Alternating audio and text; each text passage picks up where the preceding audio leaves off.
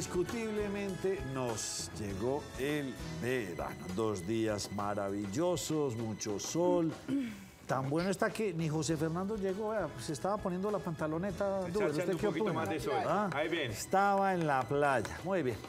Doctor Cifuentes, ¿cómo me le va? Muy bien, Nacho. Árboles florecidos, Uy, guayacanes. No. Hay de todo. ¿Usted se ha visto cómo se ve este naranjado que está aquí en la estación de industriales? Hay que decirle a la gente con que el estamos... fondo azul. Exacto. Estamos en la estación de industriales que tiene árboles florecidos hermosos. Pero Nacho, quiere ver un contraste supremamente espectacular de 2 árboles florecidos que los vi hoy y pocas veces lo había visto. ¿Tomó ¿No les tomó la foto? No, pero es para que los... Pasaba por el puente... Para que nos lo imaginemos. Vamos a hacer una cosa. Tómele la foto para que los podamos ver. Mañana la tomo, pero no me puedo quedar sin describirlo. No. Ahí en toda la esquina de San Juan con el ferrocarril. Imagínense. Hay un guayacán morado y uno amarillo. Sí, pero señor. eso hace un Hermoso. contraste. Y si usted lo ve mirando, viniendo Pero y mirando no le hacia tomó la Pega. foto. Ni los alumbrados. No, es que eso es hecho. Lo natural, no hay como lo natural. Comparto la misma opinión. Muy bien, pero hay que tomarle foto. Sí, lindo. Bueno, espero que todos ustedes se encuentren muy bien. Duber se compromete a traernos esa foto. Esperemos que no quede desflorado el árbol mañana. De aquí a mañana. Sí, porque que no nos llueva la ciudad. estos árboles, ustedes saben que florecen y todas sus flores al suelo y vuelve, empieza todo su proceso. Hojas, vuelve florescencia, muchas flores. Bueno, esa es la vida de los árboles tan bonitos que tenemos en nuestro país. Don José Gil, ¿cómo va usted, hombre? ¿Por qué no me quiere hablar? Muy bien, Nacho. Seguro. Muy bien, afortunadamente. ¿Su equipo nacional del alma cómo va? Mi equipo regular, Nacho. Sí, está regular, triste sí. usted. El primer partido lo ganamos, a mí no me gustó, pero a otros hinchas sí les gustó el partido. El segundo partido no lo vi, pero me dicen que jugó muy mal. ¿Y su equipo? El Cúcuta. El Cúcuta ¿cómo va?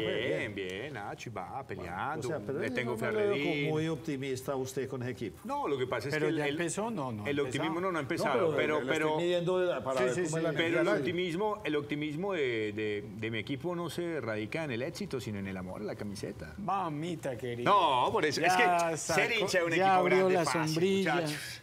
ya abrió el paraguas. Del Cúcuta. Y el profe Redín toda la fuerza. Doctor, ¿y su equipo? El Deportivo Independiente Medellín. Opa. El equipo. Oiga, pero dice así, duro. Apellido y todo. se lo Nacho, dice, vea. se equilibró la mesa. No, claro, sí. por fin alguien del medallo aquí. El Independiente Medellín es un cariño, es un equipo cariñoso y por eso ya tenemos el abono, el sábado lo estrenamos, allá estaremos. ¿Lo ve usted con buena energía este semestre? Sí, yo creo que hay buenas contrataciones, creo que se reforzó donde necesitaba reforzarse y hay expectativa. No estuvo para nada mal el partido en Barranquilla. Veo que puede ser un buen año. Bueno, un buen semestre por lo menos. Duber y yo les contamos buenas noticias. Nuestro equipo, el Real Tapita, se reforzó con James, con Falcao, con Cuadrado. Real Estamos listos, Tapita. vamos. Real Tapitas va a ganar este año. Y María Así Andrea... le dice usted a la selección colombiana. Sí, no, señor. ¿Cuál selección Colombia? Esos no vuelven a la selección Colombia, hombre. Falcao ni Radamel volverán a la selección Colombia. Néstor Lorenzo, ¿de qué van a estar? Pues entonces va a Nacho, meter las patas, le digo. Falcao y Radamel son el mismo. Falcao y ¿cómo llaman a James?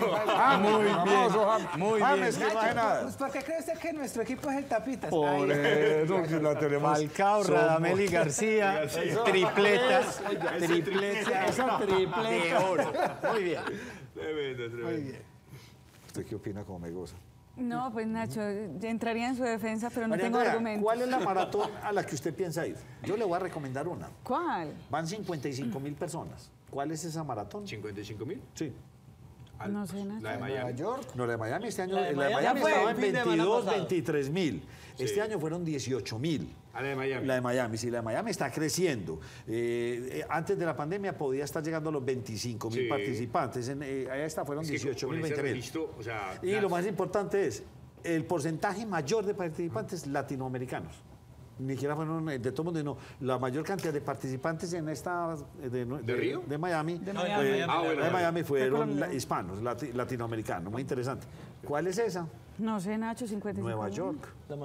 La maratón de Nueva York. Y resulta que estas maratones se volvieron muy famosas porque ya tiene usted la de Berlín, la de Madrid, la de París. La de Chicago. Ya se volvió Son una 7 cosa, grandes pues, maratones. escuchaba que son ya, no más de 7, una cantidad. pero grande, que la grande de de la- Tokio, la de de la China. IAF, son No, 7, pero 7. una cosa tremenda. Y se volvieron una gran forma de atraer turismo Total. deportivo, otro tipo de turismo, pero que para las ciudades es muy, muy importante. La de París es para negocio. octubre. Entonces le digo una cosa, María Andrea, para que se anime. Nosotros la mandamos con la camarita, el GoPro. Perfecto. Le venden el paquete completo. Voy Usted corriendo. va, etiquetes, hospedaje, competencia, un día más en la ciudad del destino y usted regresa. A los que les encanta ir a correr, pues maravilloso. Y se vuelve una alternativa bastante interesante. Pero costosa, Nacho. Ah, no, pero... No, Pues, pero- ¿por qué hicimos Pero eso es correr un día, Dígame, pues? dígame hoy para un colombiano dónde no es costoso viajar. A todas Eso también partes es nos cierto. sale carísimo. Hasta para Santa Fe, Antioquia. No, ¿cómo, Pero cómo es? mire, ¿Cuál es el eso es el viaje? exterior. Yo difiero de usted, porque lo que es para María Andrea el placer de irse a trotar una maratón de Nueva York o de París, es para usted ir a ver a jugar la selección Colombia, Canadá, Estados Unidos o en Dubái, ¿sí me entiende? Uno hace la inversión en lo que le gusta. Cada cual el que le Cierto. gusta, y pues, yo digo, uno no se va a ir a ver, yo no voy a pagar un tiquete para ir a ver la maratón, porque eso no se ve. No, es a correrla, la Usted- gente usted que le paga, gusta correr, pero los que claro. les gusta correrla, en su defecto, a usted le gusta ir a ver un partido de su selección Colombia, es costoso. A mí me gusta Nacho, Nacho. pero le cuento que yo pues, a Barranquilla solo la he visto. En Barranquilla la he visto una vez. Hay que ir este Nacional, soy muy hincha de Nacional y por fuera de Medellín lo he visto 4 o 5 pero es veces porque en mi usted vida. es amarrado, tiene que ver como el doctor Cifuentes que compra, ya, tiene hasta tiquetes y todo. No, yo voy aquí al Atanasio. Ay. Tampoco, por María fuera no me Andrea, da. Andrea Sierra es otra que es súper fan y creo que se ha ido a 2 partidos, no ha ido a 3. No, De la Bonada. Y era Bonada Norte, Nacho. ¿Sí? Ahí donde la ven casi una Vale. Sí. Bueno, ayer les teníamos noticias e información de campamento y la cosa no terminó ayer. Entre el robo de alimentos de estas personas. Liliana Castaño nos tiene el siguiente informe.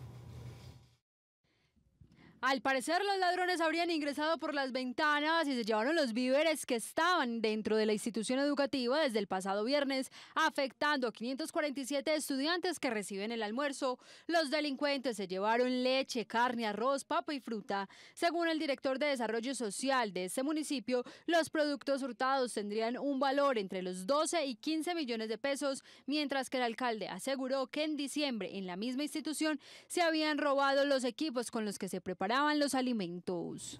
Entonces, esa fue la primera de ayer. Ayer don Fernando Cifuentes nos la contó. Los equipos adicional, ¿no, Nacho? De los Sí, alimentos. ayer nos la contaron aquí. Ahora El vamos accidente con la es que de le hoy. llegó la roya que pesar a campamento. Con hechos bastante desafortunados, Nacho. Mire, anoche se conoció precisamente que tarde se había presentado una masacre allí en campamento, donde perdieron la vida jóvenes entre los 18 y los 20 años. 4 jóvenes, perdón, sí señor.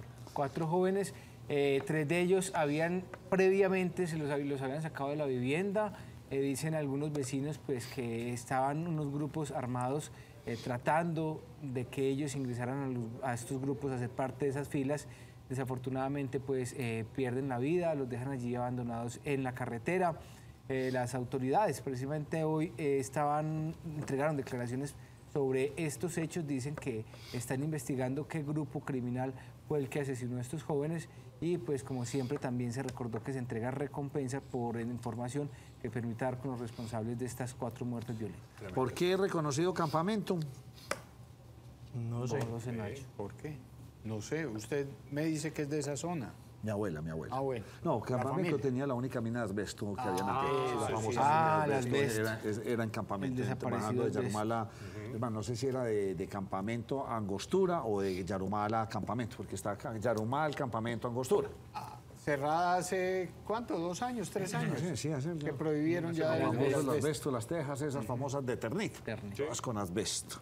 Qué cosas, hombre, cómo va cambiando. Bueno, señores, doña María Andrea Botero, acompañada de consejeros y oficializa campaña de Luis Fernando Suárez. Usted estuvo hoy en 2, creo que tuvimos Carrasquilla y Luis Fernando Suárez. ¿Cuál fue la primera? Pero Duber me va a ayudar con la de Carrasquilla. Entonces, ¿cuál fue la adicional. primera? Bueno, hablemos de Luis Fernando Suárez. Esa fue a las 8. Esa fue a las 9:30. Entonces arranquemos, 8 de la mañana. Nacho, sí, mire, pues a las 8 de la mañana la exfiscal Claudia Carrasquilla, en un hotel del Poblado, pues se reunió con varios periodistas, fueron convocados precisamente para manifestarles cuál era su intención en esta aspiración a la alcaldía de Medellín. Ella conversó con los comunicadores, allí estuvimos, nos cogió la noche, ¿Cómo Hora la ve 13 usted? Noticias. ¿Como candidata o como fiscal? A ver, Nacho, ¿cuál es su sigue apreciación? hablando, Sigue hablando como fiscal. Sigue hablando de la seguridad. Habló duro, dijo que Sí. el alcalde en la actualidad tiene pactos con combos o yo no sé qué para ganar, o cómo fue la Sí, cosa. señor. Pues tocó diferentes temas, se le preguntó por diferentes temas, por salud, por educación, pero sin embargo, pues el foco y el énfasis lo hizo en el tema de la seguridad. Precisó que en el año 2019 ella tenía pruebas que el hermano del alcalde Daniel Quintero había ingresado a varias cárceles de acá, de Antioquia. El hermano Miguel. Miguel, Sí, Miguel. Miguel Quintero. Sí. Que había ingresado a varias cárceles y había sostenido reuniones y había hecho pactos con grupos delincuenciales de la ciudad de Medellín para mantener la seguridad, y que la inseguridad que se vivía en la ciudad era precisamente porque por esos pactos el alcalde no podía atacar a los grupos criminales. Ante campaña, y a las 9 de la mañana, muy cerca de este lugar, estaba Luis Fernando Suárez, secretario del gobernador Aníbal Gaviria. Sí, y también exgobernador encargado. Sí, bastante. Vea Nacho, primero una apreciación, y es que cuando llegamos al lugar, pues parecía realmente que ya fuera gobernador. Primero por el despliegue logístico tan grande que tenía esta reunión, una pantalla de unos 4 por 15 metros, enorme. También aprovechó para conectarse virtualmente con las subregiones del departamento. Muchísimos líderes de los municipios estuvieron conectados con él virtualmente, a lo que a la vez hizo una alusión de cuando él fue gobernador encargado, que le tocó pues realmente este tema del COVID-19, y anunció su grupo de consejeros, entre ellos Andrés Aguirre, el exdirector del Pablo Tobón Uribe, también el profe Luis Fernando Montoya, también la pianista Teresita Gómez y otras personalidades que dice él lo van a estar acompañando en ese camino. Pero así rápidamente, esto fue lo que dijo Luis Fernando Suárez, y lo vamos a conectar también con lo que dijo la exdirectora de Fiscalías de Medellín. Primero lo que dijo el exgobernador encargado y ahora aspirante a la gobernación de Antioquia. Este territorio, este cuerpo social está lleno de dolencias y amenazas que un profesional del sector salud como yo puede ayudar a superar. En el año 2019, él envió a Miguel Quintero y a un abogado a las diferentes cárceles de la ciudad de Medellín para hablar con los cabecillas de las estructuras criminales y poder llegar a una negociación donde esas bandas criminales que tienen injerencia en los territorios y en los barrios de nuestra ciudad de Medellín votaran por esa opción a la alcaldía. Bueno, ahí quedaron mezclados los dos. Seguiremos, este viernes creo que tenemos invitaciones y seguiremos viendo a todos estos precandidatos, como dicen José. O aspirantes. O aspirantes. Bueno, ya me quitan más. Yo digo candidatos, ahora ya le entendí a José que decía Por todo y ahora ya me lo corrido. cambiaron, aspirante. Bueno, todos estos aspirantes estarán invitando a los medios Y de comunicación. queredores. ¿Ah? Y queredores, no se nos Según olvide. nos dijo Miguel. Querendones o no, en todo caso Nos ya quedan por cada firmas. uno se está lanzando y está mostrando con claridad venga, qué camino tiene. Luis Fernando Suárez, firmas. Firmas, Nacho. Carrasquilla. Firmas. Sí, claro. Ah, no, ella está por No. cambio radical, ¿no? No, ella estuvo Cuando aspiró a al la- Senado, Ah, cuando se aspiró al lanzó Senado. por cambio A la radical. O alcaldía sea, por ¿no firmas. vamos a tener ningún partido aquí con candidato o sí? Sí, pero Sí, creo yo ¿Pero quién? respaldando. Usted dice sí, a ver, venga, escuchemos a Nacho, este, lo que van a ver. este El es problema que emocional. van a No, ser dígame exitosos, con quién. Porque ya el formato está cantado. No, pero deme seguramente uno para usted decir que sí. ¿Quién? Lucas Cañas. ¿Con quién? Partido Conservador. Ah, bueno, ahí ya me dijo uno. Sí. ¿Quién más? No hay más, Venga, en le este momento pongo- no hay más. Liberal. Debe haber alguno del pacto, Liberal, Nacho. Del pacto. Seguramente el no, pacto. no, no, debe no, tener- Pero no hay ninguno cantado todavía, ni liberales, solamente este conservador que vamos viendo. Ahora será que Sí. entonces empieza otro que quiere también, y entonces empiezan lo raro. Centro Democrático tampoco. Yo creo que lo más usual allí, va a por allí ser hay los uno del Centro candidatos que Democrático. Hay buscan un firmas aspirante. y reciben el apoyo de algún partido político, y entonces tienen esa mezcla de respaldo ciudadano y respaldo político. Creo yo va a ser lo más usual. Bueno, entonces, definitivamente Petro se la va a jugar a defender a su ministra de Minas. Se la va a jugar, pero por el otro lado un movimiento bastante grande para obligarla o llevarla a su renuncia. La oposición. La oposición y no, yo no le, oiga, le voy a decir, usted dice la oposición, y mucha gente también de partido de gobierno. Mucha gente, no son muchos, pero algunos. Inclusive el pacto histórico no están contentos con lo que está pasando con esta señora y piensan que podrían tener un representante mejor que sea más político que le ayude a Petro. No quedan muy bien las relaciones en el Ministerio de Minas y Energía luego de la salida de la viceministra, de las declaraciones y de cómo se está dando tratamiento mediático a lo que pasó al interior de la cartera Nacho. Yo no sé si usted se acuerda que muy al inicio del gobierno de Gustavo Petro, él utilizó la expresión el enemigo está adentro, el enemigo interno. Y que vengan a pasar estos sucesos de esa salida de la ministra, pues dejan una inconformidad muy grande, porque parece que los elementos técnicos o las personas que tienen el conocimiento técnico para llevar esa cartera están saliendo y como no deberían estar saliendo. A lo que estamos hablando el día de hoy es que Petro ya se manifestó con relación a ese balance que ha creado tantas inquietudes, por el que se adelanta una indagación e investigación preliminar por parte de la Procuraduría, en el que se hablaba de las reservas de gas del país. Con relación a si está equívoco o no, si es errado o no, si se dijeron mentiras o no, sale el presidente de la República a defender a la ministra de Minas y Energía, Irene Vélez, y lo hizo a través de redes sociales ante las críticas que estaban diciendo. En un primer trino, que quiero que veamos, el primer trino del presidente, él decía, a la ministra no se le critica por bombardear niños o robarse o dejar robar los dineros públicos. De foco tan... Oye, sí, señor. Desvió la atención. Experto, desvió la tira atención. un globo para otro lado. La ministra no se le critica por bombardear niños o robarse o dejarse robar los dineros públicos. Por Dios, señor presidente. Que, oiga, pero no experto. Para ahí. Siga, se le critica porque dio certeza a un resultado que es una agregación de probabilidades, que es ese enredo en el que está el presidente, sabiendo que tipos en este país que conocen del tema, expertos, le dijeron, usted no está diciendo la verdad. Lo que está diciendo es el pecado de la ministra es menor, es un problema matemático, aritmético. Yo quiero que miremos el segundo trino del presidente porque ahí lo va a decir, y es... De hecho, casi todos los ministros de Mina han cometido el mismo error matemático. Traducción, sí hay un error en el balance. No es lo mismo la aritmética que la estadística. La prensa repite ese error a diario. Es decir, como todos se equivocan, pues que mi ministra se equivoque. En los dos trinos reconoce. Todo dato sobre reservas, hasta las más probadas, son probabilidades. Ay, presidente Petro. Bueno, no lo reconoce. Eso es como cuando... Pero sí. Eso es como cuando a mí me entregan un examen. A mí me da la sensación de que igual lo está reconociendo. Sí, claro. Él sabe que el punto del inicio de su gobierno es esta señora. Incluso me da la sensación de que él tampoco está muy a gusto porque sabemos que es cuota de Francia Márquez. Y él en los dos trinos lo está reconociendo. Más que todo el papá muchachos, con la ministra. La ministra es un problema para un sector del país que defiende la industria minero-energética. Sí. Para el resto, es decir, para quien votó por Petro, la ministra es excelente ministra de Minas. Porque, Fernando, porque está llevando Fernando, el libreto con el que votaron. Claro. Entonces, quienes están inconformes no son Petro y quienes respaldaron su campaña. Son otras personas que, por cierto, hoy no tienen... A usted le dice los trinos que salió a decir Gustavo Petro, donde afirma que si hay un error en los balances que hace su ministra, que sí está muy contento con ella. Sí, es más. O sea, para tener que salir a decir, es que la mía es mala, pero es menos mala. Sí. Eso no habla de que esté contento. Es más, dice, es un error, pero es un error común, eso no vale la pena. Eso es lo que entendí. Es un error común. Eso es lo que entendí yo en los errores, pues a ver. No soy yo. No, sí, no, total. Que dice que ese es un error, pero es un error mínimo. Sí, está. Y si a él le parece eso, está defendiéndolo. Está defendiendo a su ministra y al libreto que él le encargó. Que ella no lo sabe llevar al nivel que quiere el presidente.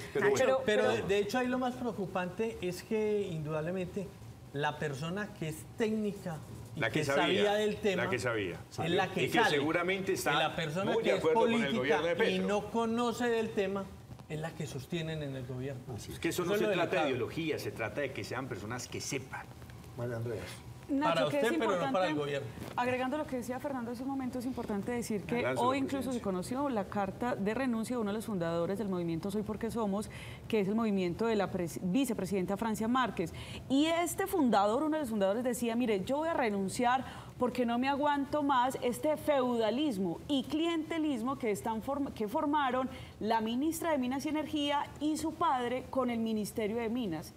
El mismo fundador del movimiento Soy Porque Somos, recordemos que es la vicepresidenta la que es sumamente cercana al padre de la ministra Irene Vélez y por eso es que ella se mantiene en este cargo. Y el señor dijo, no, yo me voy acá de este partido porque definitivamente lo que está sucediendo en el ministerio es un feudalismo. No, ese varillazo que le dio la tía de Francia Márquez, ese golpe que le dio la tía Francia Márquez en esa reunión, en ese acto público fue bastante complicado. Qué señora para haberle dicho verdades. ¿No? Esto es feudalismo. Sí, vea, textualmente dice, lea. es un feudo familiar, clientelista y autoritario, el Ministerio de Minas y Energía, refiriéndose exactamente a la ministra Irene Vélez y a su padre, el señor... Ese es el problema. Hildebrando Vélez Galeano. Ese es el problema de llegar al poder. Si el río suena, piedra lleva. Cuando usted está en la oposición, todo se ve más fácil. Otra cosa es llegar al poder y empezar a gobernar. Pero el papá de esta no está en la oposición.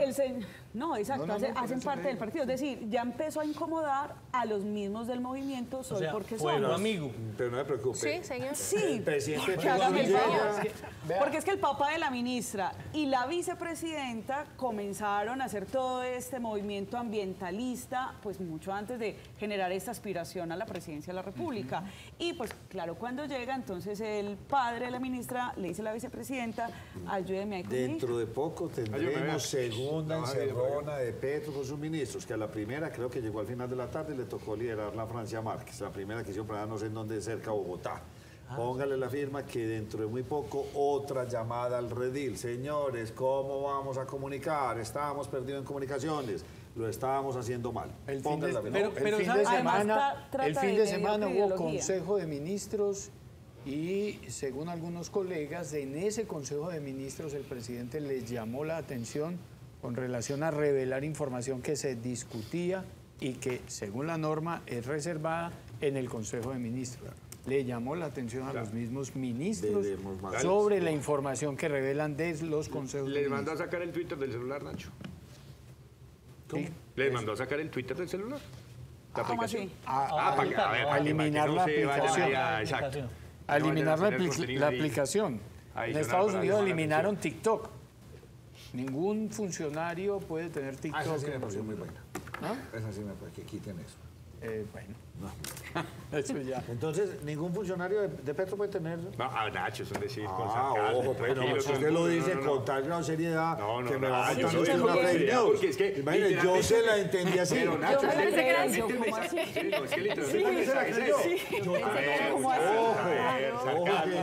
aquí hay que ser muy serio con lo que decimos. Por eso, Nacho. Charlando, pero charlando, le tiro el cuento. O sea, no da el ideas, presidente dijo, no, por eso, el presidente lo que dijo fue, tengan y regulen su discurso. ¿Cuál es el discurso? Que es que el Twitter se volvió una herramienta política por excelencia. Y esa no es la idea. Sí, pero decir eso, decir que se los hizo borrar. Oiga, María Andrea y yo le comimos cuentos. Andrea Sierra también. Yo te creo. No, yo no. No, yo conozco al Alarcón. No, yo conozco al Alarcón. Coordinadora apoya a los empresarios en Colombia. Con el patrocinio de Coordinadora, que apoya los grandes negocios en Colombia, presenta Negocios Net. Don José, aquí están muertos de la risa porque se la creímos. No se la crean, eso es algo que se metió aquí. José, ¿cómo remató el dólar hoy? Cuénteme a ver. Nacho, subió levemente, no mucho, pero sí subió el dólar. No le tenía Lo que sí subió fue duro, que ayer no la contamos. Las remesas a Colombia están disparadas. Las remesas a Colombia están disparadas, Nacho, superaron los 9.500, 9.600 millones de dólares el año anterior. Un crecimiento de casi 1.000 millones de dólares entre un año y otro. Y recuerde que hace un año estábamos hablando de cifras de dólar de 3.900 pesos, 3.800, 900 pesos. Hoy estamos hablando de dólar de 4.600, mucha parte del año, que fue donde se recibieron estas remesas el año anterior. Estuvimos con dólares de de más de 5.000 pesos. José, Entonces, usted ganando obviamente, en dolarucos o en eurucos, en euros y en dólares, mándale a su familia, venga, le estoy mandando tanto, ayúdame a comprar un apartamentico o hagamos esta inversión. Claro, porque dolarcito a 5.000, ya mando 100 y son 5 millones. En diciembre muchas personas que están fuera del país y que compraron en proyectos acá en Colombia de propiedad raíz, pues claro, me cuenta una persona que se mueve en ese sector que estaban disparados, obviamente pagando en dólares en diciembre, aprovechando ese dólar a 5.000. Entonces, claro, tenían que aprovechar ese dólar alto para poder pagar esos apartamentos, esas viviendas que habían adquirido acá de pronto en ese peso y ganar buena parte de ese dinero. Bueno, señores. Nacho, hoy estuvo a 4.690 como máximo, 4.650 promedio. Tengo que comprar 2 cositas y no las he comprado. Porque las va a comprar en dólares. La decisión se va a subir. No, seguro. Ya se está así es. otra vez. Los tenis, María Andrea. La buena noticia económica es el índice de desempleo. Ya voy para allá. ¿O usted me la quiere contar y me la apoye con José? Es para que José la tire. Nacho, y hablando de desempleo, por ahí me escriben también por el interno y me dicen, ojo, que lo de desinstalar aplicaciones del celular no es del todo falso, ¿sí? Por lo que se está preparando desde el gobierno o desde la superintendencia para fabricar ese proyecto de ley que impliquen que desmonten todas las plataformas de transporte. Ya vamos para allá. Esa es buena noticia. Ahí se las dejo. Que le están dando una pelea más perdidos que embolatados, pero bueno. Desempleo. Desempleo, sí, del 11.2% a nivel país. Una cifra, un dígito. Recuerde que esos datos los entrega el DANE con un mes de retraso, Nacho. Entonces la cifra de desempleo es de diciembre. De diciembre. De diciembre, 11.2 en el país. ¿De qué? Del año anterior, Nacho. No, yo sé que el año pasado, obvio. No, solo ese mes. 31 o diciembre 1. Esas cifras son a diciembre 31, Nacho. Al cierre del mes. Al cierre del mes. Pero sabemos que el empleo en diciembre hay mucha contratación. Pero esa cifra tiene su punto favorable y su punto desfavorable. ¿Favorable por qué? Porque es mucho menor a diciembre del año anterior, que esas cifras se deben contrastar con el mismo mes del año anterior. ¿Cómo fue el año anterior? Pero estábamos arriba, lo teníamos arriba, 2 puntos arriba. Pero comparado con noviembre es superior. El desempleo en noviembre era más bajo del que tuvimos en diciembre, que es algo simpático, porque generalmente en diciembre es cuando se presentan las cifras de desempleo más bajos por todo el empleo que genera el comercio. ¿Qué más hay interesante frente a estos datos? De nuevo, las mujeres, el desempleo muy superior al de los hombres, 14.3%, los hombres 9%. Por ciudades, las de mayor desempleo en el país son Arauca, Quibdó y Mocoa, con cifras que van del 23.8 al 29%. Las de menor desempleo en el país, del 23.8 al 29%. Sí. Y las de menor, Bucaramanga, Leticia y San Andrés. ¿Y a Medellín cómo le fue? 10.8%, una cifra favorable, bastante buena, bastante buena.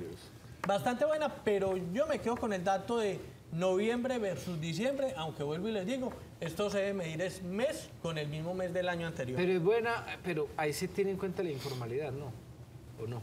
No, eso es formal. No, eso es formal. Eso es buena entre comillas, porque cuánta informalidad no hay. Pero cuando se mide el desempleo, recuerden que estas encuestas son muy cuestionadas porque se habla de las personas que están ocupadas determinado número de días.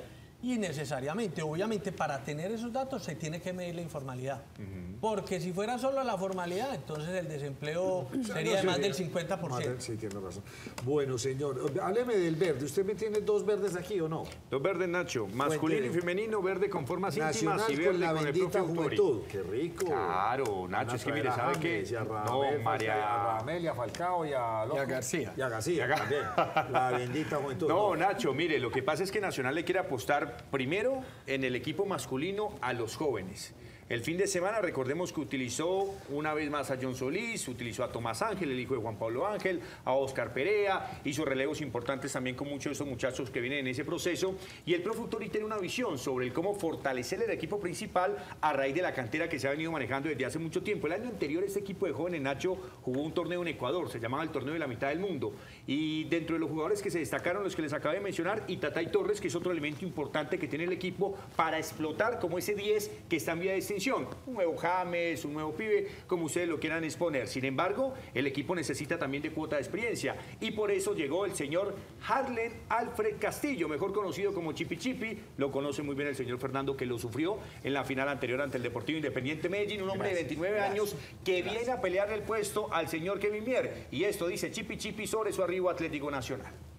La competencia con Kevin Mier creo que ha sido sana, es tranquila. Yo desde el primer momento que llegué hablé con él y hablé con los otros arqueros. Saben de que yo vengo acá a tratar de sumar, a tratar de darle un poco de ese respaldo, un poco de esa categoría, digámoslo así, que yo vengo trayendo desde muchos años, de esa experiencia que yo he podido tener en Pereira, que es donde más he jugado.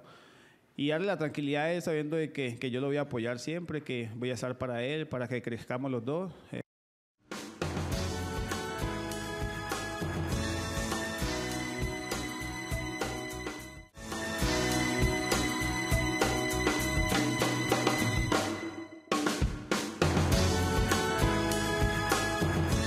Bueno, aquí estamos hablando de política. No, pero ya voy, tranquila, tranquila. Don Juan Guillermo Castaño está en un lugar al que usted quiere ir. Ay, cuénteme. Pero usted no puede ir. Ah, porque no me usted cuente. necesitaría un antisolar por ahí 200. Porque tiene está razón. en las Islas Canarias y desde allá nos está reportando audiencia. Don Juan Guillermo, gracias. Espero que esté disfrutando su paseo por allá en las Islas Canarias. Hermoso lugar, no lo conozco, pero he visto mucha fotico. Cada vez que la veo me antojo de ir. Aquí pasó algo extraño en la primera mesa de opinión de Antioquia. Primera vez, y esto es histórico, en que a un invitado lo arrinconan. Lo aprietan. Lo cogieron ahí y mire el baile que tiene, hombre. Duplicar marcas. Sebastián López. Oye, concejal, ¿cómo se gusta arrinconar por este parque? Son pavorosos, ¿ah? Quedó en el centro. Lo importante es que la rinconada me la haya mandado a hacer Daniel Quintero, ¿no? Ah, ve María, pero usted hubiera querido quedar a la derecha o a la izquierda. No, aquí estoy muy bien en la mitad de estos dos grandes amigos. Vea usted, Ha aprendido a defenderse, vea. Oiga. En el centro está bien. Bueno, ¿usted por qué lo invitó? Nacho, por varias cosas. Dos temas No, fundamentales. la primera, porque queremos que todos aquellos que están antojados de ser alcalde pasen por la primera mesa de opinión de Antioquia. va, ¿Sí o no? porque él quiere ser alcalde de Medellín. Muy bien. Y la segunda es porque también le da fuerte al tema de la seguridad en la ciudad. Y hemos venido hablando acerca de eso justamente, de qué es lo que está pasando, si hay una reducción realmente de estos homicidios y cómo se está comportando. Pero empecemos por lo primero. Y el concejal Sebastián López, ¿por qué quiere ser alcalde de Medellín? Y cómo realmente está el panorama, si va a aspirar, en firme, no. Bueno, María. Movimiento firmas, sí. Bueno, María, es un sueño de toda la vida. Yo me he formado a través de toda mi carrera política con este sueño de ser alcalde de Medellín. Académicamente he hecho todos los ejercicios políticos en varios lugares, siempre con ese objetivo fundamental. Ha sido un sueño que he tenido desde muy joven. Ahora que la ciudad me dio la posibilidad de ser concejal y adicionalmente liderar la oposición al alcalde Daniel Quintero, me ha permitido, digamos, conectarme con la ciudad al punto de que muchos ciudadanos y muchas personas de mi partido del Centro Democrático me han pedido que haga la precandidatura a la alcaldía. La hago con la intención de poder recuperar la ciudad de la crisis institucional en la que está, sin precedentes, en la que el alcalde de Medellín no la tiene y donde todas las instituciones públicas están en un grave deterioro. Lo hago con esa intención, lo hago a disposición de buscar una gran coalición que nos permita sumar las fuerzas necesarias para poder encontrar ese nicho que nos permita recuperar la ética, la gestión pública y la eficiencia en Medellín. Este es su primer periodo en el Consejo. Es mi primer periodo en el Consejo. Usted no tiene apellido más de farándula, de Nacho López, ¿sí o no? Pero que no tiene como apellido de político, o en su familia Sí, ya claro. se venía con políticos. Sí, yo provengo de una familia que durante muchos años estuvo en el ejercicio político. Ellos, digamos, ya están retirados más o menos desde hace el 2010-2012. Heredo, digamos, esa vocación de servicio. Los vi trabajar toda la niñez, los vi dedicarse de lleno al ejercicio y digamos que he enamorado de la vocación de servirle a la ciudadanía, a la sociedad. Centro Democrático. Centro Democrático es mi partido, estoy supremamente orgulloso de él porque me siento completamente identificado con el presidente Uribe y me siento identificado con los principios del partido. ¿Por qué el presidente o el expresidente Uribe no es capaz de decir rápidamente, este es mi candidato aquí, allá, y entonces se meten unos enredos y hagamos unas votaciones y llamemos, y entonces me llaman por el teléfono, unos boticos. O esperemos quién sabe. ¿Por qué no los definen rápidamente qué es lo que pasa al interior del Centro Democrático? ¿Por qué no usa el lapicero? No se supone, obviamente, mucho se ha hecho que es lapicero, pero no se supone que es democracia. Pero es que se demora mucho, perdóneme. Y entonces en la democracia, mire, no tuvo democracia... ¿tuvo candidato en las elecciones anteriores? ¿A cuáles? ¿A cuál? Presidencia. Sí, tuvo. Candidato ¿Quién? Recuerde que se lo haga de entonces no se le puede decir a cualquiera candidato. No, por eso. Déjeme que nuestro invitado nos responda. Bueno, el presidente Uribe, digamos, en todo su conocimiento y experiencia, él tiene, digamos, unas lecturas y unos tiempos dentro de todo este ejercicio político, y adicionalmente es una persona muy demócrata, o sea, es una persona que le gusta permitir la participación de todos los miembros de su partido y permite cualquier mecanismo de participación en el mismo. Entonces, digamos, él no es una persona autoritaria en ese tema, él permite que el mecanismo que decida el partido para escoger sus candidatos a las diferentes corporaciones sea respetada. Pero ya está definido ese mecanismo, porque esa es la otra, que los candidatos, o en su caso, precandidatos empiezan y todavía no tienen claras las reglas de juego. ¿Ya hay un mecanismo de definición? Lo que pasa, Fernando, es que hasta el momento solo he salido públicamente yo como precandidato del Centro Democrático. O sea, Alfredo Ramos no ha dicho nada. Ninguno ha dicho públicamente nada. Pero al interior del partido, ¿van a tener candidato o no van a tener candidato como tal del Centro Democrático a la alcaldía? Nuestro partido tiene claro que quiere hacer una coalición para recuperar a Medellín. Aquí, por encima del ego de querer tener un alcalde o un candidato propio del partido, aquí tenemos que sumar fuerzas para poder recuperar la ética en la gestión pública en Medellín. Y eso implica aquí en Medellín y en muchas partes del país que podamos tener candidato propio del partido o ajeno en coalición. ¿A qué está dispuesto el partido, Sebastián, a entregar en esa coalición? ¿Están más dispuestos a que si hay un perfil fuera del partido que suene como fuerza, lo apoyan y se desmonta el candidato tal cual como se vio en presidencia? Aquí lo importante es que Medellín está primero. Si existe una persona que está afín a los principios del partido, está afín a los programas, a los acuerdos programáticos que se puedan hacer para recuperar a la ciudad, el partido está dispuesto a hacer una gran coalición. Aquí lo que hay que entender es que la ciudad está en juego, es que la crisis institucional que tenemos en nuestra ciudad no tiene precedentes, y la crisis de reputación, de seguridad, de todo tipo no tiene ningún precedente, y nosotros tenemos que poner primero la ciudad que el mismo partido. Por eso estamos dispuestos a hacer una coalición. Le quito la diplomacia a la pregunta. Porque dentro de la que tenía. Sí, un poquito. Dentro del discurso de que sea afín es una perfección muy grande que la política hoy por hoy no se da. Es un candidato que no tiene afinidad con Centro Democrático. Pero si es el contra Daniel Quintero, ¿Centro Democrático lo apoya sí o sí? No solamente contra Daniel Quintero, porque es que nosotros no hacemos política alrededor de Daniel Quintero. Aquí tiene que haber esa identidad de principios, porque prácticamente lo que hizo Daniel Quintero fue trabajar en contra de los principios que nosotros representamos en la ciudad.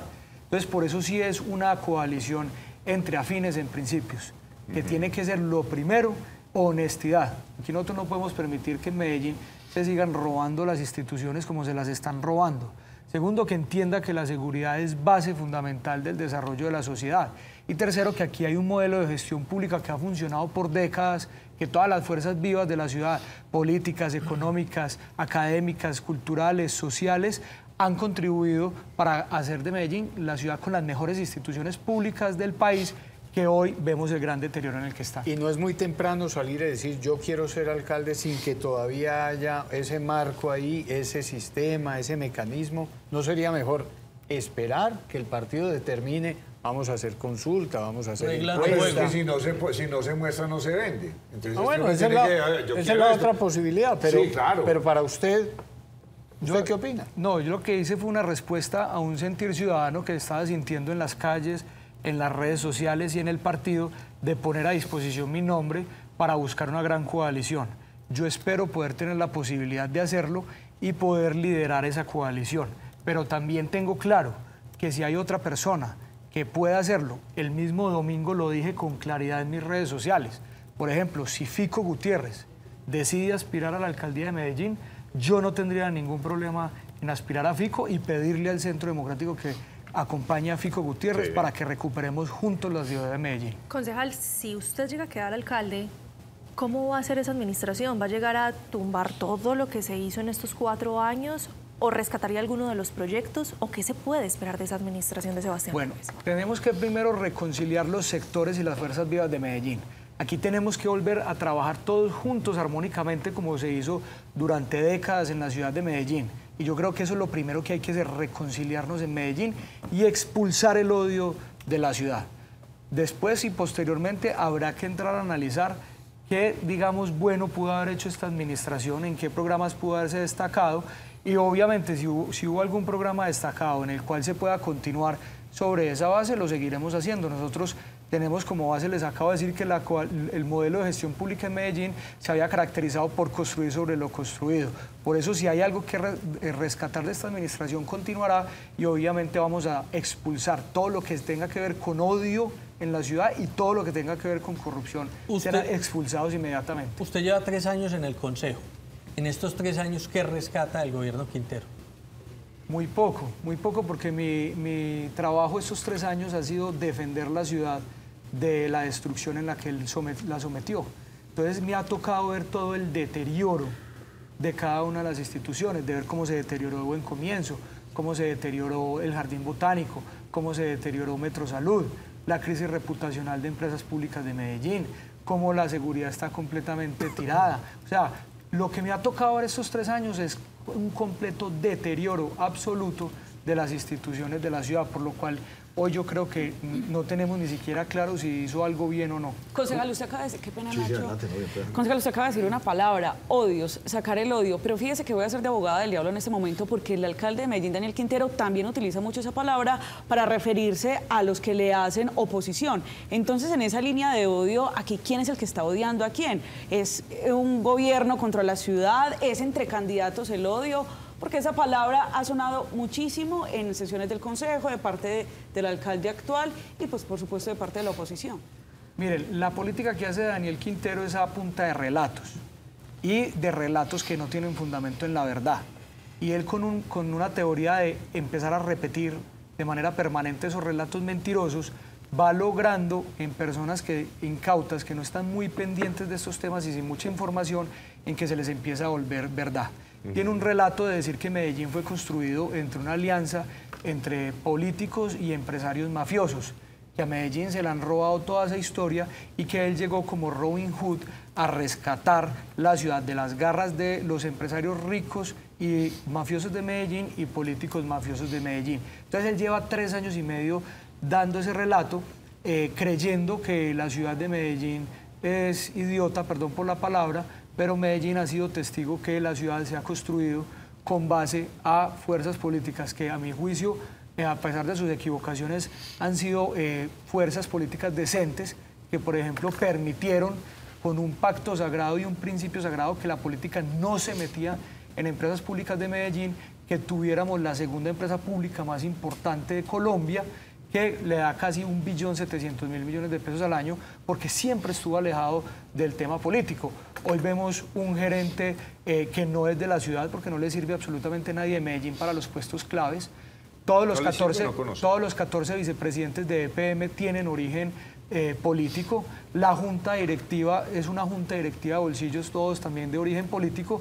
Y hoy EPM es una secretaría de despacho más. Está sumergida y hoy es una punta de lanza que encuentra con el proyecto Hidroituango, que han demostrado en todas las investigaciones que han hecho, por todos los lados que han hecho, que ahí no hubo corrupción, pero él pone la punta de lanza ahí, Hidroituango. Acuérdense que él empezó a entrar ahí diciendo que ese fue su escenario con que él entró. queso. Señor. El queso. El queso que él sacó, pero ustedes, yo no sé si se acuerdan en el Consejo, yo cuando logramos evitar la venta de UNE, sacamos el queso del tamaño en el que la tiene, que es así chiquitico. Él sacó un queso enorme y nosotros mostramos como él lo tiene ahora, que se lo comió. Concejal, yo tengo una pregunta y es más como desde ese ajedrez que está manejando el alcalde Daniel Quintero. ¿Usted cómo interpreta pues esas piezas que el alcalde tiene ahí también como precandidatos que le han colaborado en su administración, que han sido sus secretarios, que han apoyado sus proyectos? Sí. ¿Cómo lee usted ese tablero de lo que está pasando hoy?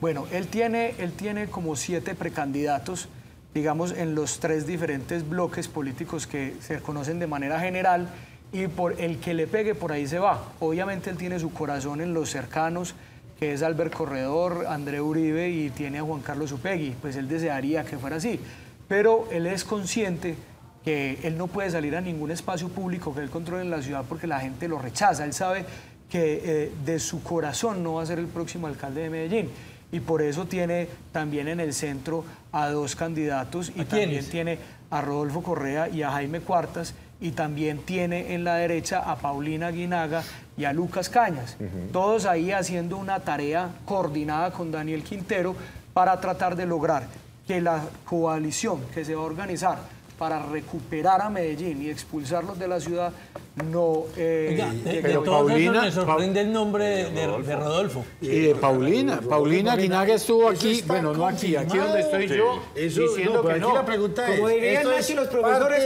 argumentes de la oposición o esto es parte de especulación o esto es parte de la nombre, o es simplemente su lectura de la relación que ellos tienen? Son hechos. Lo de Paulina Guinaga es un hecho. O sea, la traición que ella cometió contra el Centro Democrático por orden del alcalde de Medellín en el famoso pacto de Chuscalito dejó en evidencia que ella estaba completamente articulada al alcalde y hoy lo está.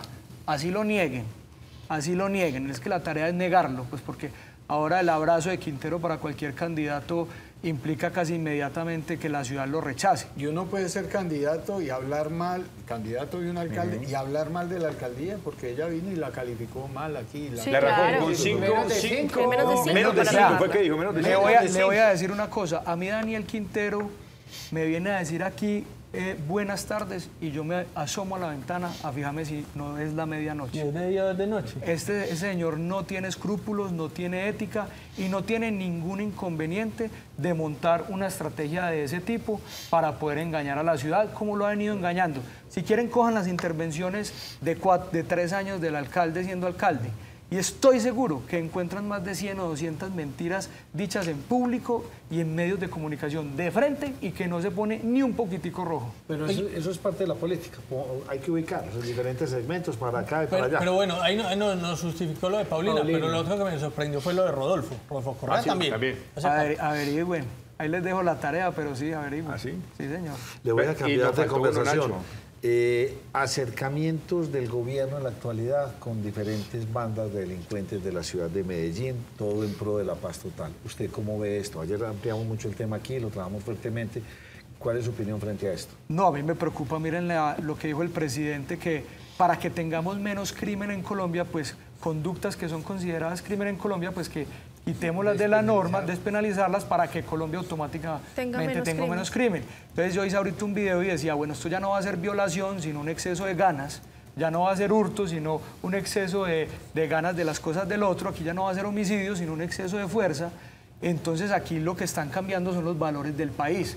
O sea, aquí lo que la gente que trabaja bien, juiciosa, sale adelante a sacar su familia de manera honesta, sudándola, en este país no vale la pena ser honesto. O sea, aquí el que más bandido sea, el que más malo sea, el que más gente haya matado, el que más gente haya violado, el que más haya extorsionado, más daño haya hecho, pues ese es el que tiene futuro en este país, porque les van a dejar toda la plata, les van a dejar el negocio, les van a dejar el poder, les van a dar impunidad, y con la creencia de que esto se va a solucionar con la paz total. Nacho, ¿usted cree que esto se va a poder solucionar? Máximo, Petro va a poder solo legalizar la marihuana, que es la gasolina de este problema.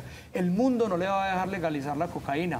Está el tusi, está la heroína, están las pastillas, está la extorsión, está una gran cantidad de actividades criminales que inmediatamente estas personas, suponiendo que se van a alejar de esas actividades, en 6 meses, Nacho, volvemos a tener lo mismo. Eso pasó con Santos. ¿Cuánto hay ahora de disidencias de las FARC? Creo que Santos supuestamente desmovilizó 7.000 personas y hoy las disidencias de las FARC ya son 10.000.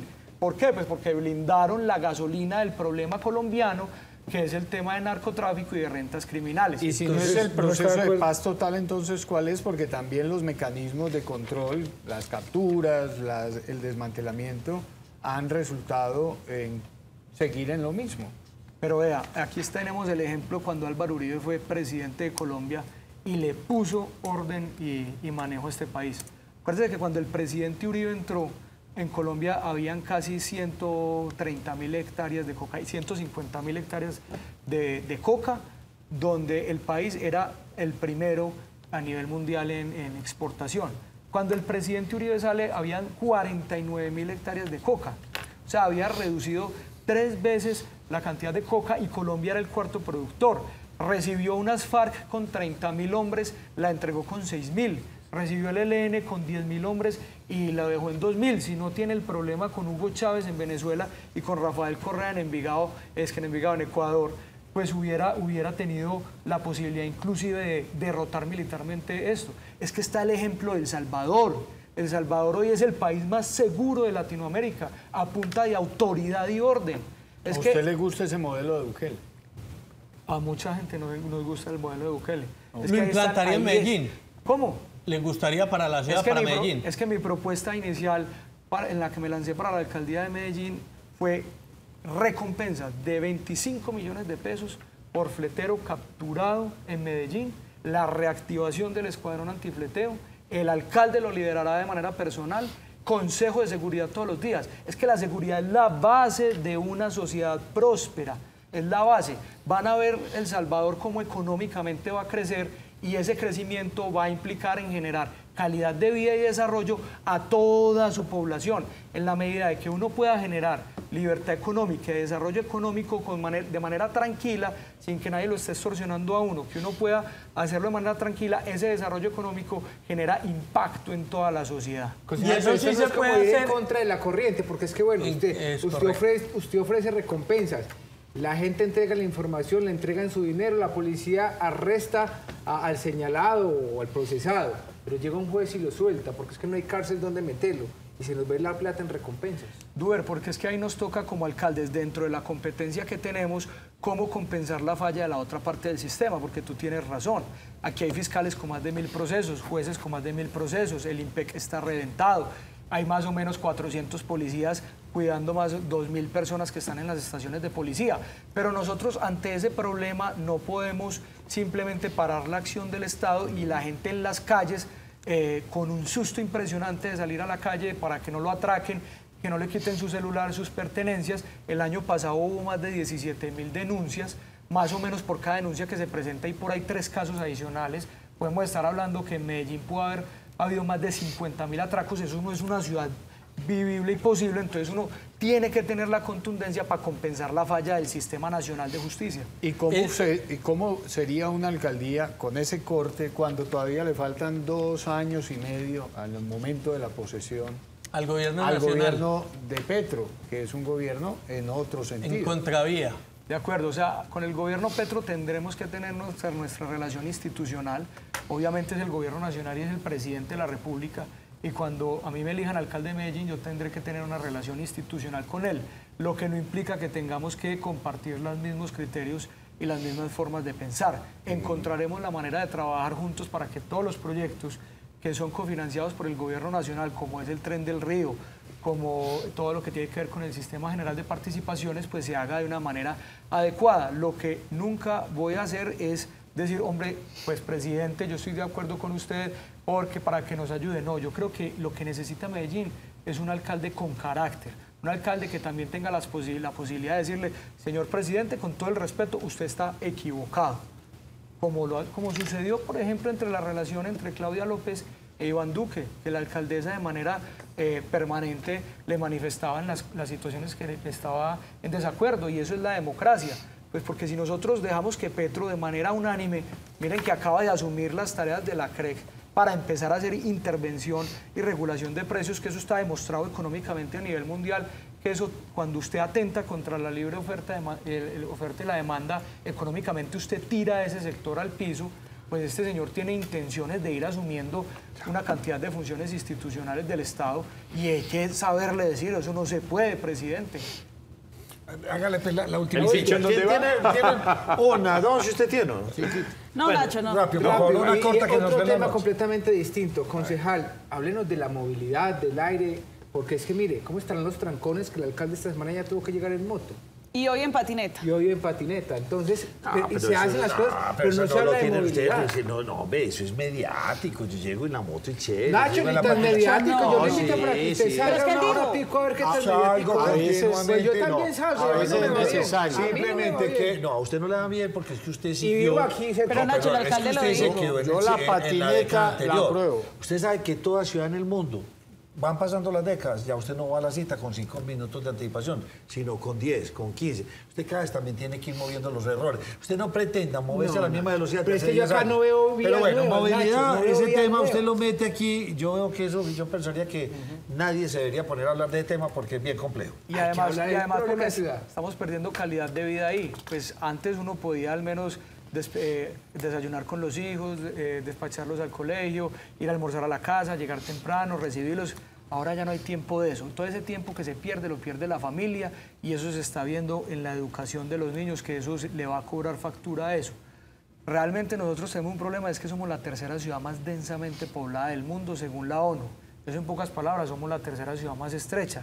Nosotros no tenemos espacios para generar grandes temas viales. Yo creo que la solución, digamos, definitiva es que Medellín tiene que acelerar a toda costa la gran construcción de todo un sistema público de transporte general, ágil, eficiente y seguro, donde las personas puedan acceder, puedan llegar a todos lados de la ciudad, que estén seguros y de una manera eficiente, como se da en la mayoría de las ciudades de Europa, que también son muy estrechas, donde uno ve los ejecutivos, los estudiantes, los empresarios, casi todas las personas moviéndose en metro, en bus. Entonces aquí hay que acelerar todo lo que tiene que ver con el metro de la 80, tenemos que hacer el tren del Río, tenemos que mirar cómo hacemos los 5 metrocables, cómo entre más transporte público y logremos involucrar todo el sistema de buses, cómo logramos tener un sistema público de transporte que pueda darle capacidad, porque la ciudad realmente no tiene más capacidad. Mire, las vías han crecido en los últimos 10 años el 1%, la población ha crecido el 10% más o menos, pero los motos han crecido el 300% y los carros el 156%. Es completamente insostenible seguir así. O sea, si nosotros realmente no cambiamos la forma de trabajar el tema, va a ser muy difícil. Sebastián, ¿no sería contraproducente para la ciudad tener un gobierno contracorriente del gobierno nacional? Usted lo menciona. Tenemos los metrocables, Metro de la 80, Tren del Río, cantidad de proyectos donde se requieren recursos del gobierno nacional. Y tenemos un gobierno nacional que claramente le gusta estar metido en todo, ser como supervisor de todo. El ejemplo claro es lo del metro de Bogotá, por ejemplo, que hace un problema de egos. Que llegue un alcalde de contracorriente no sería malo para la ciudad de Medellín, porque fácilmente se podría pensar que se le pueden frenar muchos proyectos. No, yo creo que antes eso sería antidemocrático pensar ese tema, porque eso significaría que viviríamos en una dictadura solo porque, digamos, el gobierno nacional tiene una corriente distinta. Venimos de una situación igual donde, digamos, el presidente Duque tenía una filosofía política como la nuestra y el alcalde Daniel Quintero, pues veíamos de una manera como lo hacía de manera tan payasa, lo atacaba de manera permanente y aún así, pues digamos, siempre hubo una relación institucional. Hasta el momento, Petro, todos los días saca sus posiciones socialistas, ha respetado la institucionalidad. Yo creo que antes eso le garantiza al país que aquí se pueda seguir ejerciendo la democracia, que aquí hay forma de tener contrapesos políticos en el país y que eso es sano, que así pensemos distinto. Si la ciudad de Medellín considera que debe tener una ideología política distinta a la del país, seguramente eso va a ser positivo para la ciudad y habrán entendimientos y relaciones institucionales para sacar todos los proyectos de la ciudad adelante. Concejal Sebastián López, gracias por habernos acompañado en la primera mesa de opinión de Antioquia. Nacho, muchas gracias y espero pues que el 27 de octubre me acompañe, el 29 de octubre me acompañe votando por mí. Y todavía falta, esperemos a ver qué dice Uribe, esperemos a ver qué escogen. Usted, si Uribe no lo monta, ¿usted se iría por firmas? Primero, políticamente no lo hago porque estoy identificado con el partido y segundo, jurídicamente no puedo porque el que quisiera aspirar a un cargo distinto, por otro partido distinto, debía haber renunciado en junio, como renunció, por ejemplo, Simón Molina, Natalie Vélez, usted está atado de manos. No, pero Aquí, atado a los principios y al partido. Sí, no, está bien, pero estoy atado de contento. manos para que, digamos, en este momento sea nombrado. Todavía falta que al interior del partido... Que le den la bendición. Le den la bendición. De Y acuerdo. eso, El aval. Conociendo a Uribe, eso no se da, porque empieza que sí, que no, que mucha democracia, que por votos, que por... Que la ponga encuesta. caritas felices, que la encuesta. Y La urna entonces eso, virtual. y entonces no nos, La urna virtual. nos salió entonces Encuesta otro interna, candidato, que entonces no vamos a cree. apoyarlo. Y la No respuesta- le estoy deseando un mal panorama, pero el ya hemos resultado visto. El presidente muy demócrata, el presidente muy demócrata. el No, no, presidente- no, total, total. Hay Ay, resultado. es tan demócrata que le están cogiendo ventaja los otros partidos. Hay veces la democracia es buena, pero no tanto, como dicen por ahí algunos expertos. Gracias por habernos acompañado. Nacho, mi Dios te bendiga y saludos a todos y gracias por invitarme. Vamos a hacer una pausa, volvemos enseguida. Hablemos de crisis, de medio ambiente, de clima. ¿Qué está pasando? Ya volvemos.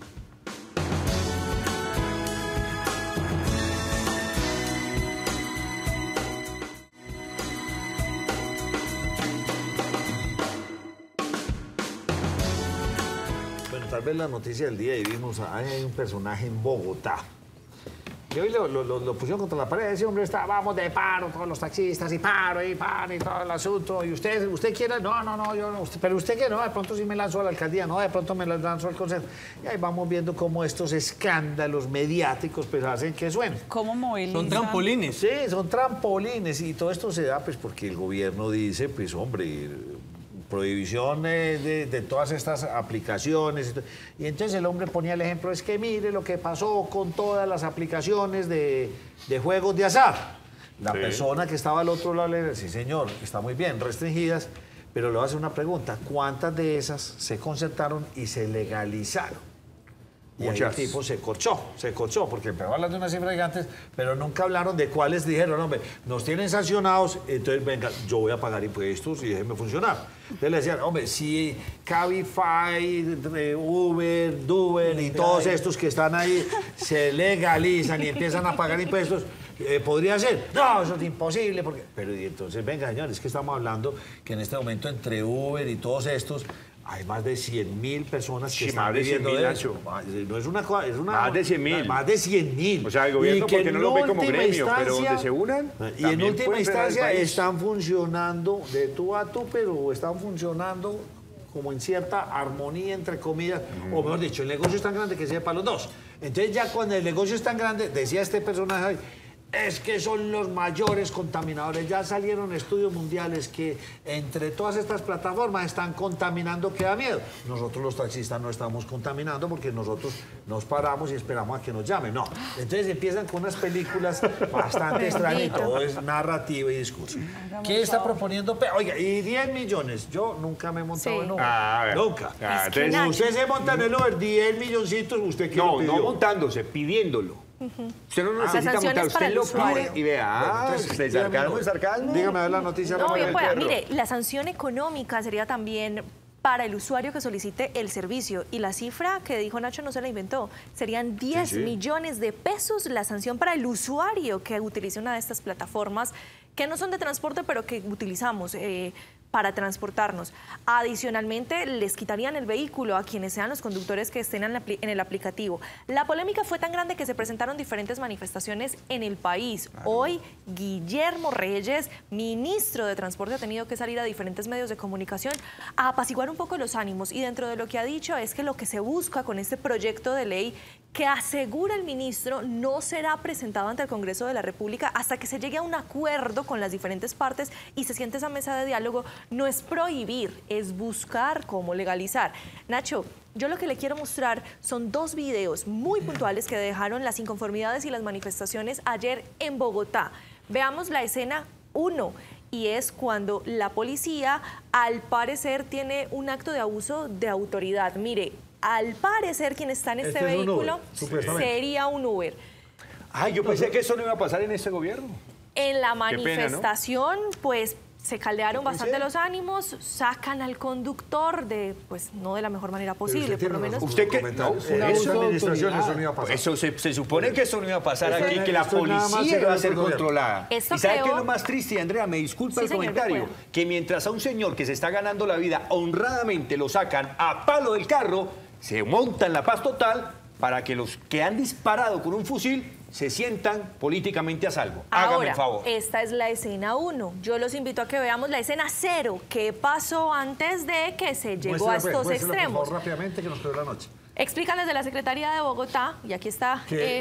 se voló del... Claro, había un puesto de control, él no solamente intenta eludirlo, sino que arrolla a varios oficiales de policía cuando está en la huida. Entonces, cuando llega la policía...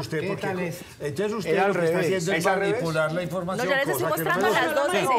No, pero es que no tiene... Puso Alarcón a hablar. Me sulfuró primero contra la policía. Primero le picó la lengua. Ni una cosa ni la otra está bien, Nacho. No me gusta mostrar... Ni una cosa ni la otra está bien. Pero no se la información así. No me parece lógico porque esto se presta para trampas. Claro. Entonces se atropella. Pero mostró el final y dejó el principio. Andrea fue el que primero se conoció y ahí fue donde vinieron las críticas. Ese fue el que primero se conoció. Pero como periodistas deberíamos mostrar la cosa como es. No, pero te lo estaba haciendo. Pero no con esa cronología. Pero bueno, le respeto su asunto. Pero voy con temas distintos. No me gusta. Usted quedó súper mal ahí, yo también. Porque mal, si es que lo que hicieron los policías tampoco es lo correcto. Llegan y me pisan a un compañero, se va a volar y hace todo Nacho, esto. pero venga, ¿cómo así? O sea que si una persona tercera hace un daño, a mí me tienen que juzgar por lo que hizo la tercera persona. Es que no tiene lógica. Es que las dos cosas no son correctas tampoco. No, quien viole la ley. Por eso, es que el que viole la ley tiene que recibir su castigo. Sea policía, sea conductor de Uber, sea Pepito Pérez, que reciba su castigo. Se va a calentar el asunto en este país con esas sanciones, 10 millones al que pida Uber, y van a acabar con... Pero Nacho, de muchos colombianos. Nacho, pero ¿usted cree que eso lo van a aplicar? Pongan la firma que de pronto sí, porque es que un paro de taxistas, téngale miedo como gobierno, José, a un paro de taxistas y a un paro de camioneros. Téngale miedo. Sí, téngale miedo al paro de camioneros. A un paro de maestros, a eso no le tenga miedo. Téngale miedo a un paro de taxistas y un paro de camioneros. Señores, vamos a darle la bienvenida a Juan Fernando Salazar. Qué pena, hombre, en este debate usted no lo vamos a meter, usted no está antojado de alcaldía, usted no... Nada, es un experto. Primera pregunta. Le gusta el agua. Un académico. Le gusta, usted es académico. Que apague tanto fuego que hay en esta mesa. Ay, Dios mío. Colombia Está haciendo calor, son mis nervios. De pronto tal vez todavía no lo hemos llegado a entender en la dimensión que es. Nos hablan de todo esto, pero ahora para no meterle asuntos políticos, pero Colombia es un país que puede tener energías limpias, renovables y tener un gran potencial de esto. Pero realmente no han servido las campañas y seguimos de espaldas a todas estas pequeñas quebradas, riachuelos. Solo en Medellín esto es una cosa impresionante, porque estamos hablando que creo que son más de 200. ¿Cómo es ese panorama? Sí, en Colombia tenemos la ventaja de tener mucha agua, pero esa ventaja se nos puede volver también un problema, porque como hemos visto en las noticias recientes, estamos teniendo cada vez más problemas por inundaciones y la tendencia que nos permite ver la ciencia es que eso tiende a agravarse. Vos decías, Nacho, y gracias por invitarme acá, que soy como experto en cosas del agua. Yo soy ingeniero, pero mi trabajo se parece más como al de un médico de ríos, podríamos decir, porque los ríos son más parecidos a un paciente que a una cosa que se resuelva solamente con ingeniería dura. Nosotros tenemos un mundo de ríos enfermos en Colombia y el río Medellín, con sus afluentes, está enfermo.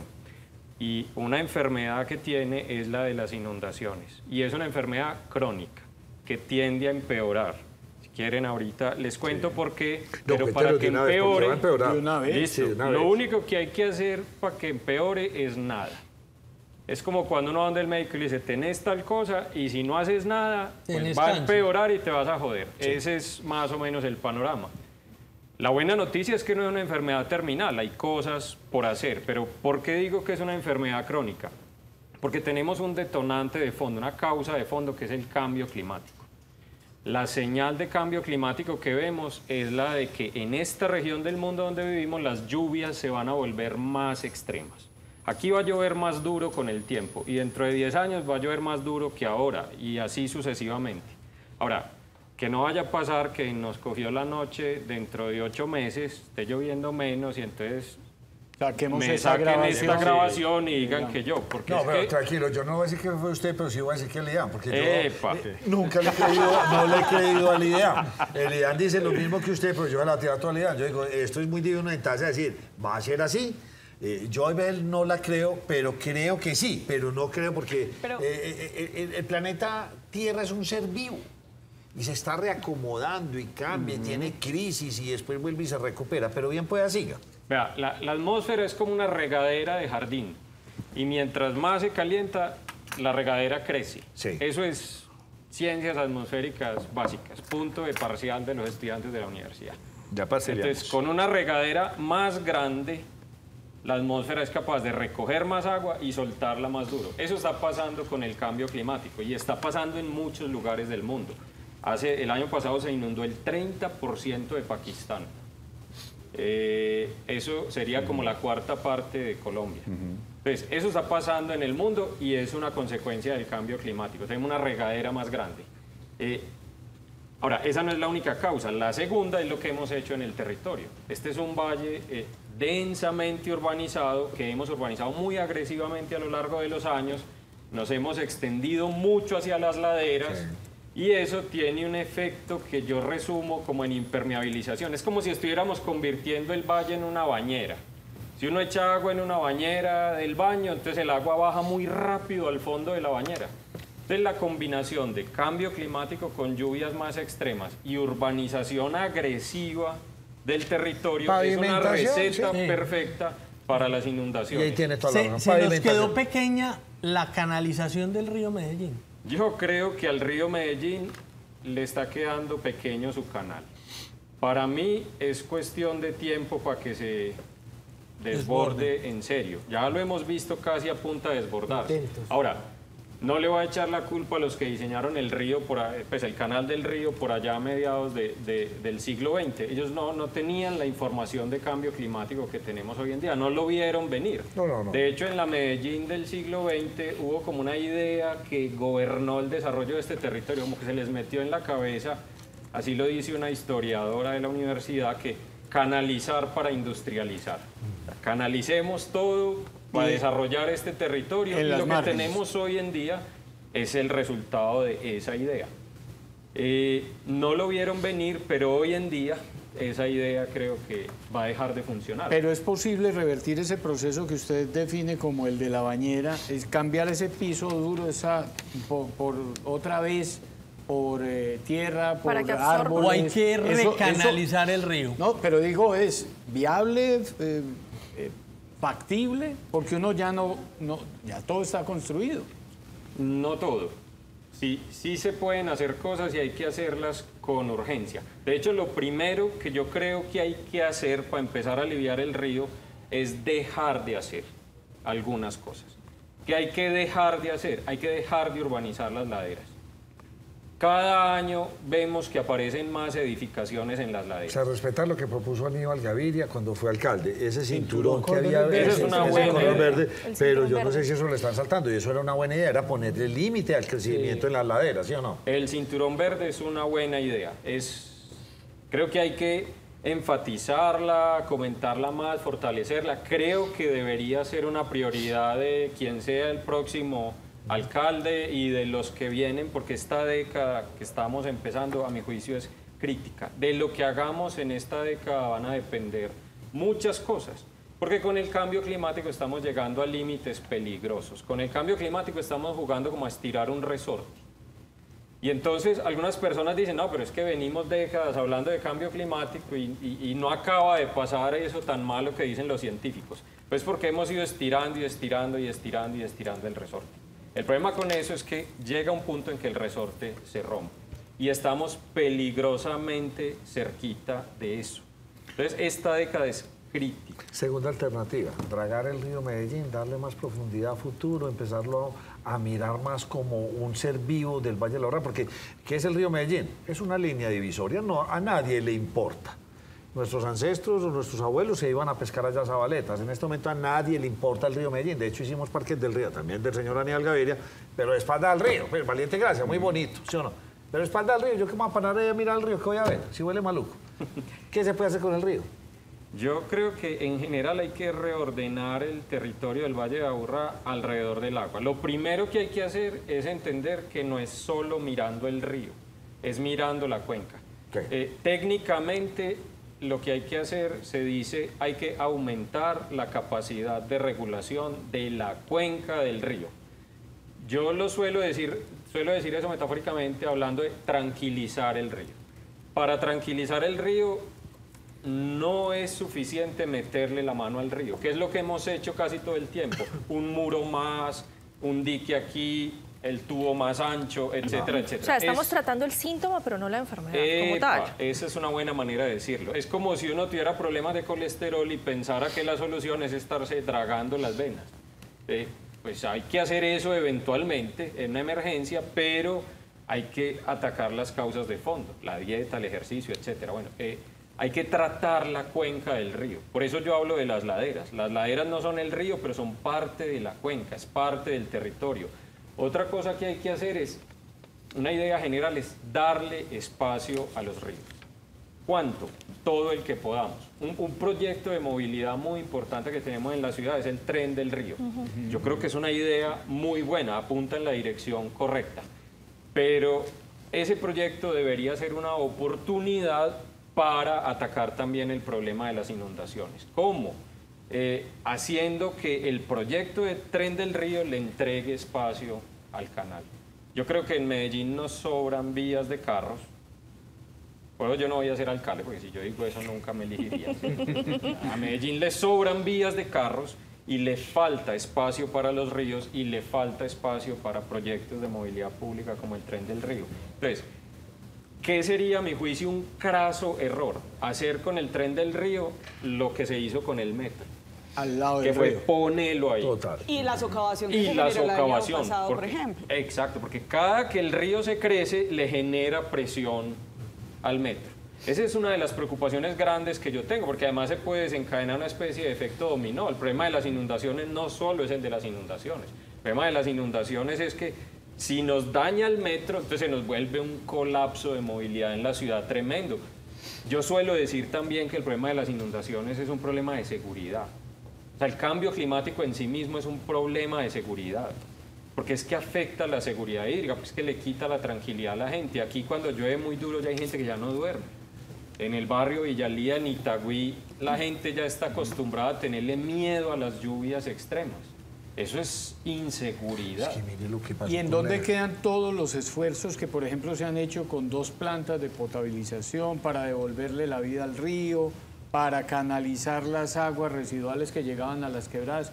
¿Eso ha sido insuficiente, inútil o equivocado? No, yo creo que eso apunta en la dirección correcta, pero es que eso es un problema de calidad del agua y yo creo que es muy valioso. O sea, estamos hablando no de la calidad del agua, que eso es lo que le apunta, sino la cantidad. De la cantidad. Juan, yo le voy a pedir un favor a usted muy especial. Aquí, ¿usted sabe cómo se llama este programa? Sí, claro, nos cogió la noche. Y nos cogió la noche con usted.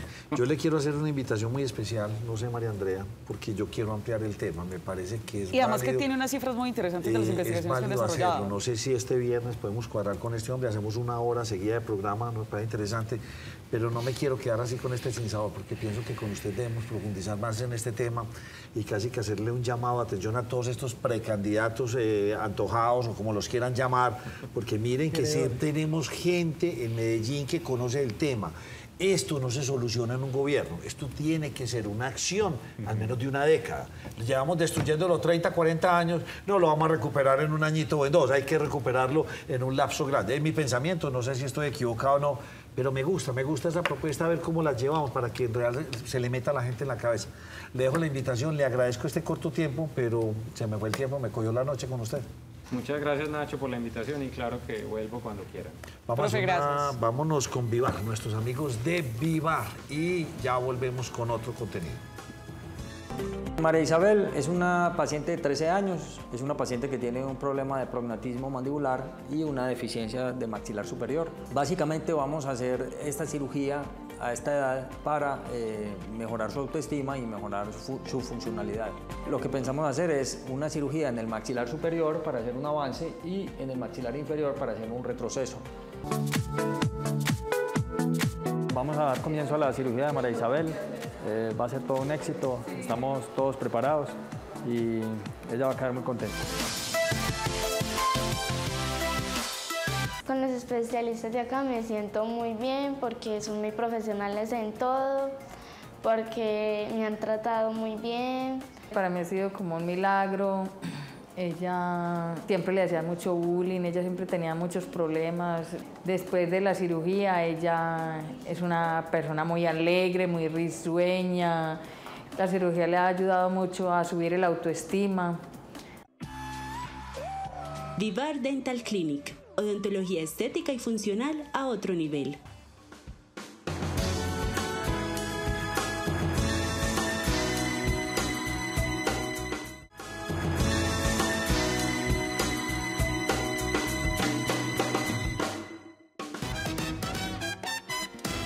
Preparados, llegó el momento de dar play y empezar a jugar y a tomarnos este mundo de los videojuegos en serio. ¿Y saben por qué se los digo?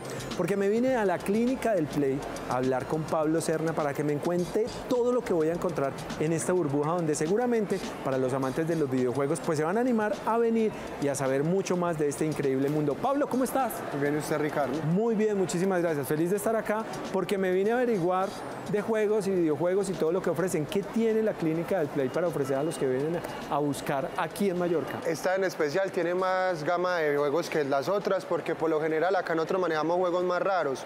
En especial pues los juegos japoneses, que se enfocan mucho en el sistema de RPG para los que les gusta los juegos de mundo abierto o eso.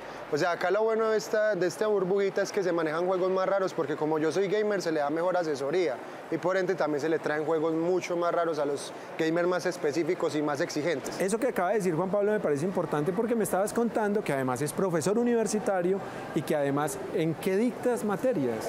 Yo doy clase en historia de los videojuegos, animación, entretenimiento digital, sensores y espaciales de movimiento y programación en la Universidad de Medellín, y también hay veces en la EAFIT. Uy, mejor dicho, es decir, usted ha pasado mucho tiempo jugando, me imagino. Sí, supuestamente es un don, desde los 3 años juego. Sí, maravilloso, bueno, pues buenísimo. Juegos que hoy en día estén así como de los más raros que tú digas que están en boga y que están entrando al mercado. En esos momentos de moda, por ejemplo, yo también soy game tester, soy el primer game tester de Colombia. Okay. Me pusieron a testear hace poquito el Resident Evil 4, que es el estreno que viene ahorita para marzo. Ahorita el 24 de enero se estrena de Forspoken, que es un juego de aventura gráfica enfocado en una mujer, pues que es como es un juego muy feminista, la verdad, pero no está para mal. Y ya sale un remake de Dead Space. Este año se vienen juegos muy buenos. Viene el estreno de Spider-Man 2, ya que este año se ha sido como el apogeo por las películas de cine, va a salir la segunda parte. Y aparte de eso, también manejan los juegos que son los clásicos, que también todos conocemos. Eso, por ejemplo, el clásico, el que más se vende, el FIFA, el GTA, pues los más comunes. Bueno, pero también veo que venden accesorios, digamos, para gamers. Entonces tienen todos estos que son los audífonos, las diademas, los carga y juega, los de Xbox, los cargadores de los controles, los accesorios de los controles. Por ejemplo, la gama de Nintendo, que es la que maneja más accesorios. Ok, y estos muñequitos, porque también veo que tienen son los personajes de los videojuegos que también... Nosotros tenemos muchos de la gama de Nintendo, pero también se manejan muchos personajes de la gama de anime. Bueno, ustedes ya lo escucharon, mejor dicho, para que se antojen, para que vengan, para que sepan todo sobre los videojuegos, y qué mejor que con toda la asesoría de Juan Pablo Serna, que tiene no solamente la historia, sino además esos juegos extraños que no son tan fáciles de conseguir. Ya lo saben, Clínica del Play está aquí en la etapa 1, piso 3. Aquí ustedes llegan por el metro e inmediatamente lo encuentra. Juan Pablo, muchísimas gracias. Mucho gusto, Ricardo, y siempre a la orden. Bueno, aquí los esperamos. Clínica del Play.